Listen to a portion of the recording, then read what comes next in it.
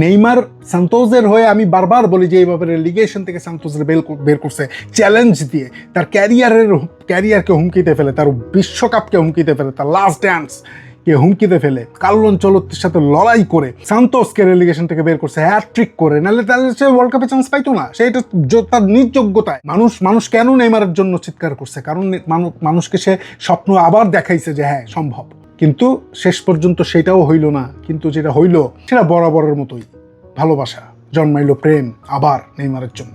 Brazil আজকে তার সবচেয়ে ব্রাইটেস্ট বাচ্চাটার সাথে তার সকল ইতিহাস সমাপ্ত করলো। মিউজিক বাঁচতে থাকবে, কিন্তু ফুটবলের one of the greatest dancer এই স্টেজ ত্যাগ করছে। Thank you Neymar, thank you Neymar for everything, for not being so perfect, for being untouchable and for being unforgettable.